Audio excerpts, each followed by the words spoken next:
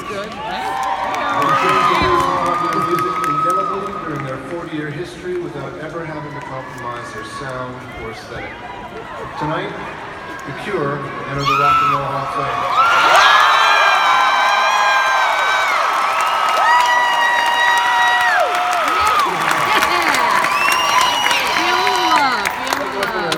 Across the pond. Small town USA. Mercer, Pennsylvania to be precise. Where there was nothing to look at but cornfields. It was a primitive time. New Jersey. Long before the miracle of the internet arrived to devalue our wonderful art form. And even pre-MTV, there's nothing to listen to on the radio, nothing to do but dream of escape. And I left home, it was time for the big city. In my case, the big city of Cleveland.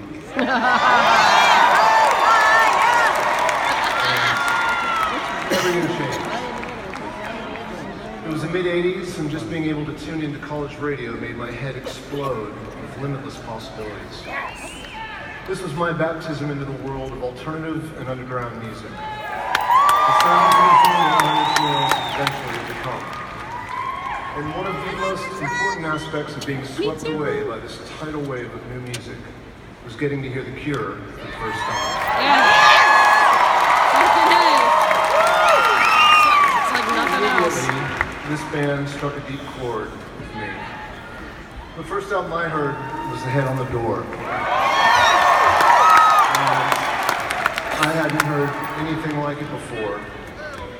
Now, a lot of darkness I felt in my head was coming back at me through the speakers and blew my mind.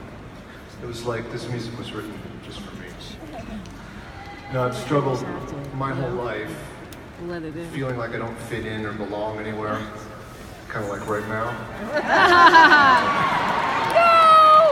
No, yay!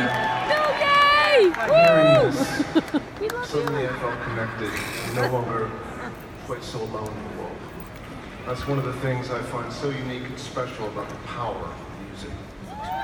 It wasn't just the sound, the words, the presentation.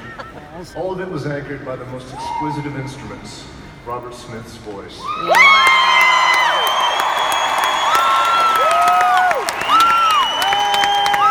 That voice, capable of such a range of emotion, from expression, from rage, sorrow, and despair, to beauty, frailty, and joy. It might sound naive, but until I heard The Head on the Door, I just didn't realize it was possible to write about such difficult and profound ideas, but do it in the context of accessible songs that might even get played on the radio, challenging norms from the inside. Another huge inspiration for me. Anyway, I listened to that record non-stop until I wore the grooves clean off the vinyl and then worked my way backwards. There was a rich and important back catalog waiting for me. The group that would go on to become The Cure formed in 1976 in the suburban English backwater of Crawley, a small town that all the members also dreamt of escaping from. They were four imaginary boys: Robert Smith, Noel Fulhurst, Michael Dempsey, and Pearl Thompson, who were energized both by the explosion of punk that was happening miles up the road in London, and by the heavy psychedelic rock from America, which they'd grown up loving. After a few lineup changes and the creation of some timeless post-punk and new wave, the band entered 1980 as one of the groups who had come to define the music, the attitude, the look of the decade to come. Singer, guitarist, and songwriter Robert Smith, bassist Simon Gallup, drummer Noel Fulhurst, who pioneered over a trio of classic albums, 17 Seconds, Faith, Phonography. Gothic or alternative rock.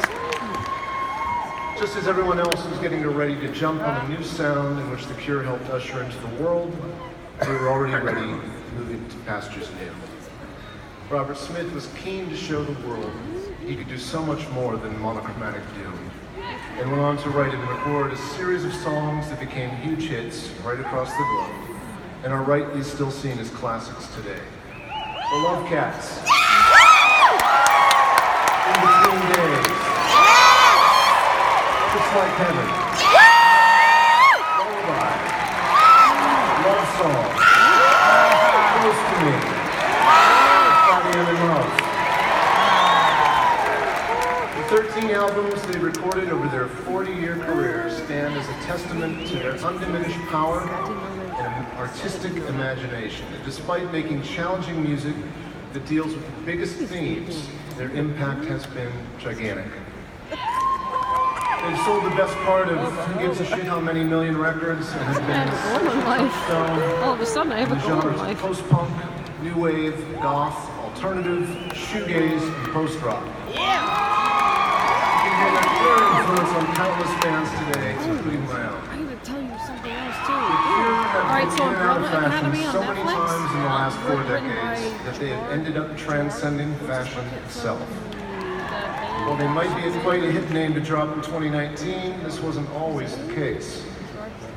Their dedication to pushing sonic and artistic boundaries while making music for the ages wasn't always rewarded with glowing reviews in the press.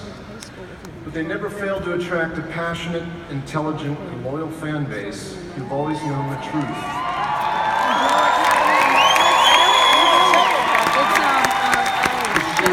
Are one of the most unique, most brilliant, most heartbreakingly excellent rock bands the world has ever been lucky enough to.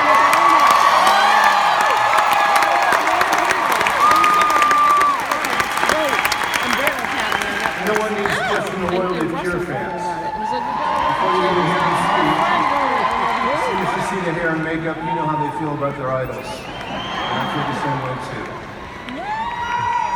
Quite understandably, most musicians can tend to differ from their carefully cultivated personas to one degree or another. But as far as I can tell, Robert Smith is that rarest of things. A 100% authentically Robert Smith kind of person who lives a 100% authentically Robert Smith kind of life.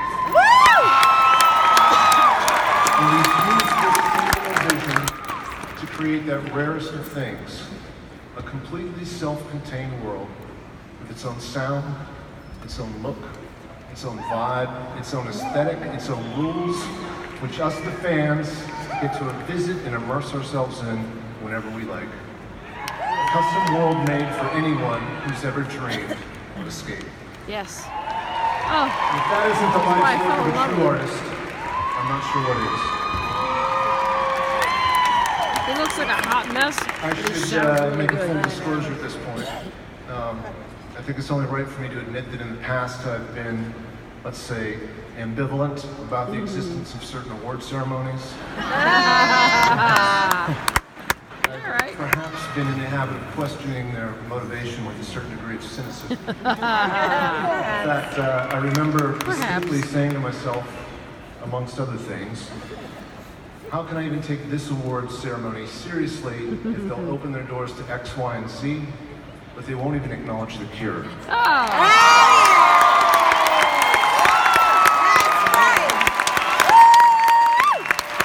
And then, not so long ago, I got a phone call I wasn't expecting, and well, Here we are. Here we are, yes! I've never been as happy to eat my words as I was on that.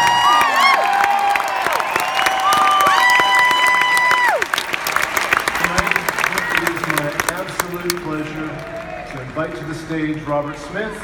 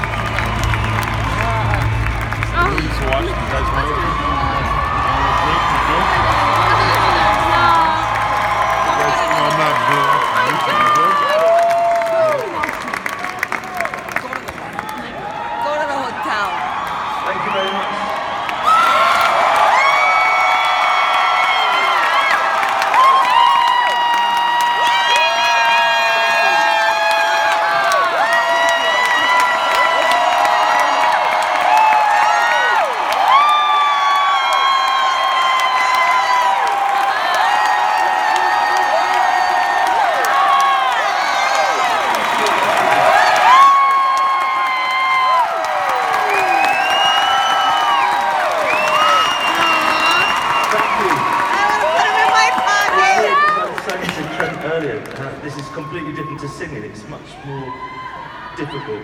I'd like to thank Trent for such a lovely induction speech. It means a huge amount to get this from someone who's such a great artist.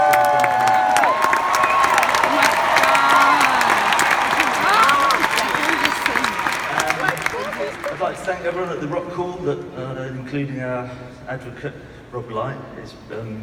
Everyone that voted for us. It's a surprise. It's a very nice surprise to be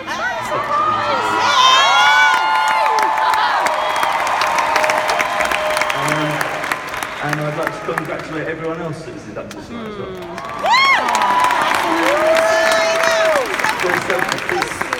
As Trent said, it's 40 years since our first album came out. And in that time, there's obviously been a lot of people who've played a part in the Cure story, for better or worse. And I'm not going to stand here and read up a load of names because I actually find, I shouldn't say too much really, but it's quite tedious. And I'm no good with stories and stuff, and I'm a very bad communicator generally. But I would like to thank everyone that's been in the band. Boris Williams, Paul Thompson, I love him. Matthew Hartley, Phil Thornalley, and the much missed Andy Anderson. And everyone that's in the band. Jason Cooper, Reeves Gabriels, Roger O'Donnell, and of course Simon Gallup, who's been with me every step of the way.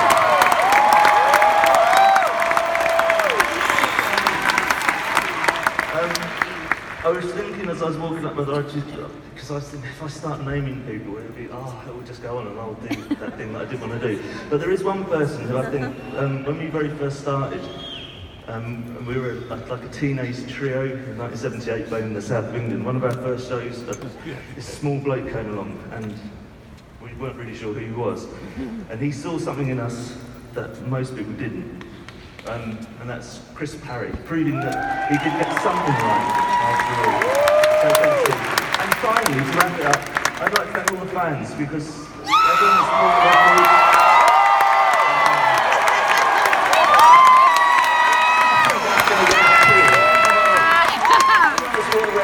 listen to the music, been to a show, just enjoyed what we do. It's been a fantastic thing, it really is. Thanks.